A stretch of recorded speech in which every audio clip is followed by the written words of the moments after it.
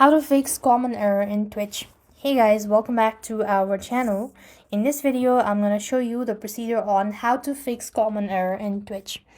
So basically, you could first thing first, you could go with the basic steps. You want to make sure to check your internet connection. Sometimes it could be due to the poor connectivity. So open up settings onto your device and locate network and internet. As you go to network and internet section, here you want to click on network internet section and make sure to switch between Wi-Fi and mobile data, or you could also go ahead and turn off or turn it on as well. Now then that you've done this, you want to exit out, go to your respective app store and check for an update as well. Sometimes it could be due to the outdated version as well. So click on the search bar, type in Twitch and update the app as well.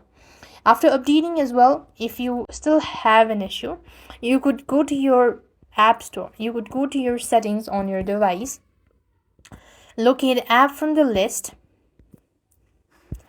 and go to Twitch from the list and click on storage. So click on clear cache.